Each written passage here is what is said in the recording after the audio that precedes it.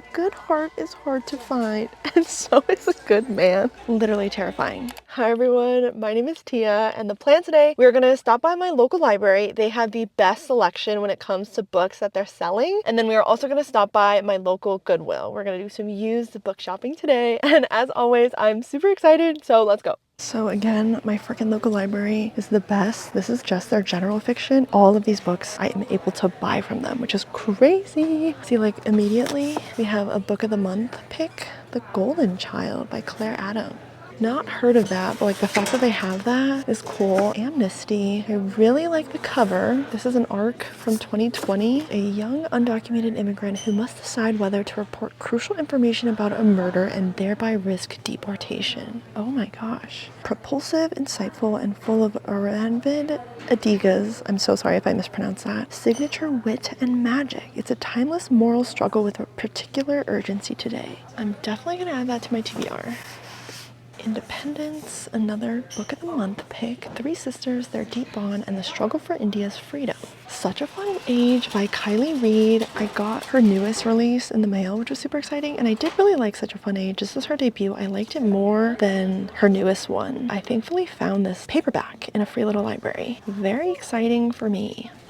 Normal People by Sally Rooney. I love that they have this. I loved this book. The Maid. This was a waste of my time. It was bad. They have a few Amy Tan books. I actually got all adults here at the same library at their book sale last year. The Wedding. Oh, I like the font on this cover.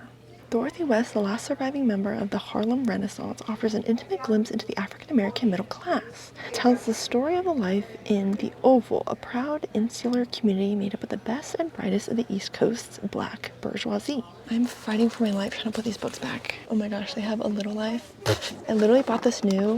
I spoiled myself and I read like what happens in it, and then I immediately donated it because absolutely not. I don't think I'm ever going to be strong enough to read that. I think that's fair. The Great Believers by Rebecca Mackay. I really want to read this, but I found it at Goodwill in hardback. Oh, this is a pretty color. The Wren. This is brand spanking new. About the inheritance of trauma, wonder, and love across 3 generations of women. I'm gonna add that to my TBR. Happy and You Know It. Book of the month, and like all these funny pins. They also have The Wife Upstairs, which I know is like pretty popular. They have young adult here. One of my favorites. They have Eldest. That's funny. The last time I was here, I found 2 of the original covers of the Percy Jackson series. So I'm always looking at this section when I come to see if they have it. A Very Large Expanse of Sea. This author looks so familiar and I don't know why. All the Bright Places was a DNF actually from last year, but I'm gonna give it another shot. I loved The It Girl by Ruth Ware. They have hardcover, but this one sucked. It was really bad. Ooh, an ARC, 2018. The Death of Mrs. Westaway. Scary. Oh my god, they also have another Rebecca Mackay. I have some questions for you. I was kind of disappointed in this one. Oh my god. Beach Read? What? That's crazy. 3 books. I think I'm gonna pick up Beach Read because I originally rated it a 2-star. Now, hear me out. I know that is a very unpopular opinion. Hello. You know what? For $3, I want to own this. The Bone People.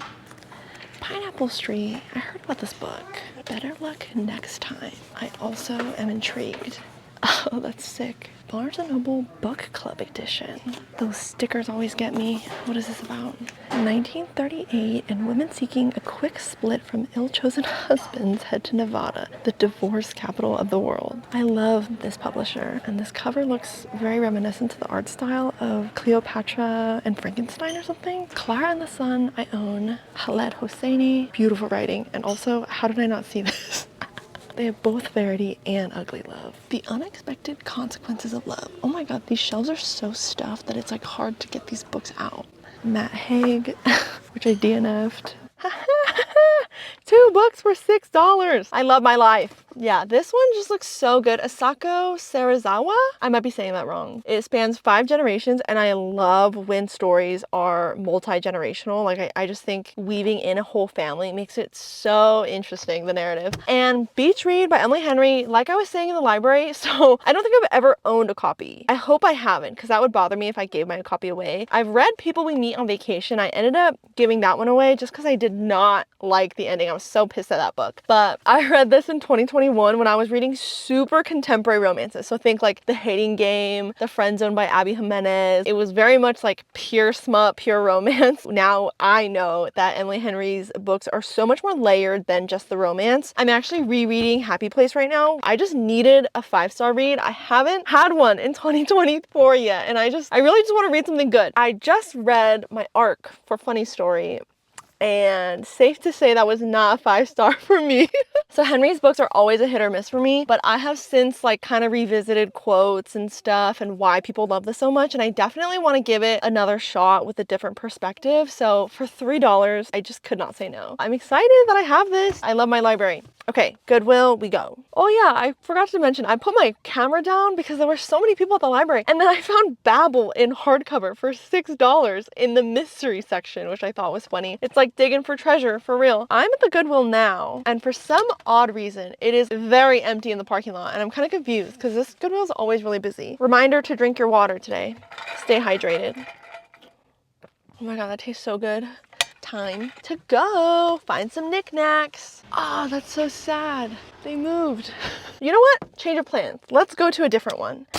Before we do that, you guys know I would not leave you hanging. I went to the new Goodwill and it's freaking humongous. It's way bigger than the old location, and the book selection was really good. I found a basically brand new paperback set of the Harry Potter series. They had this Amy Tan book and a Sherry Lapena book. Right next to it, there's a Margaret Atwood there. I found not one really good condition of the hardcover number 7 Harry Potter, but 2 copies there. Educated is a book that you typically see in thrift stores. In 5 years, I was actually really surprised about. It's something that I DNF'd, but you don't really see those in thrift stores. And then I found a brand spanking new copy of The Silent Patient in paperback. And then a few arcs that just really caught my eye. I thought this one was so beautiful. Radiant Fugitives. Take a pause. I really am intrigued. And then just this one, the cover, The Eternal Audience of One. It's stunning. And I actually own My Year Abroad, so I thought it was cool. This is a Riverhead arc, and the spine looks all funky since it's an arc.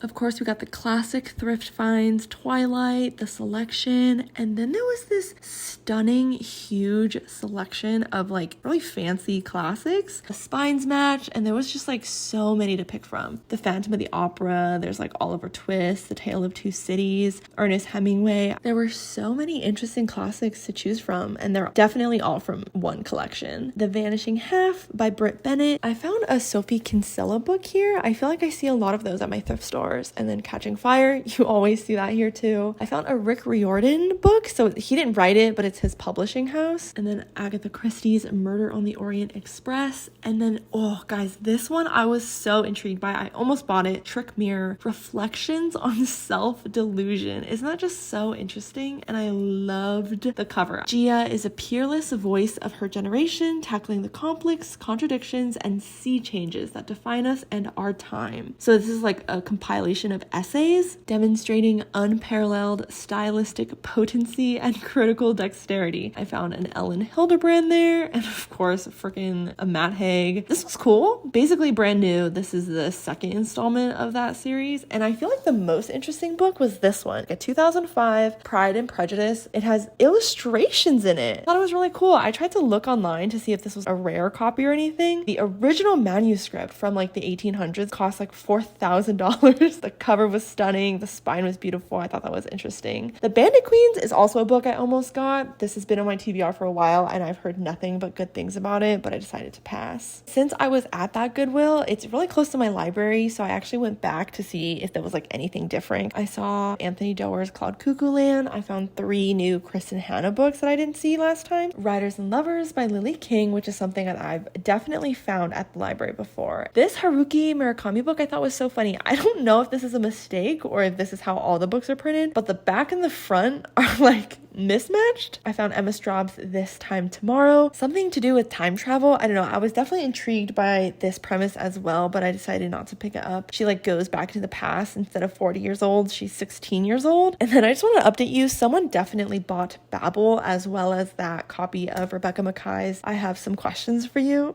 So now back to the next Goodwill. But who knows? Maybe we'll find a gem tonight.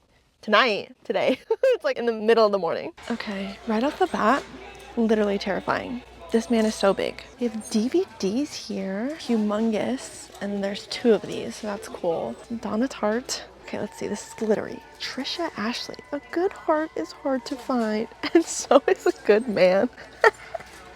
Oh, that's funny. Eclipse without the cover. This is where it ends. Oh, I've heard such like sad things about this book. It's on my TBR. Untamed. I feel like I see this in so many thrift stores, so many chicken soup books. Honestly, these were so good when I was little. Adine Kuntz. Of course, we have to see Adine Kuntz at a thrift store. Go Set a Watchman, which was here the last time I was here. A Single Thread. Born to Run. I was born to not run, that's for sure. Eyes Delight. Poems of Art and Architecture. Oh, that's awesome. That's cool. Let's pick a random one. Abbott is painting me so true that, trust me, you would stare and hardly know at the first view if I were here or there. What a conversation starter, that book. Into the Cold Fire. The font makes it seem creepy. Oh yeah, so does the cover. Dog's Life. Oh, okay, they have like big coffee table books, it looks like. Oh, photographs. Oh, get out. Oh, yes. Wow. He got 2 pages to himself. Oh, this is awesome. Yay. Okay, guys, we did it. 1 down in your 2024 reading goal. Mermaids in Paradise. Oh, this is a sick cover. Oh, I gave you my heart, but you sold it online?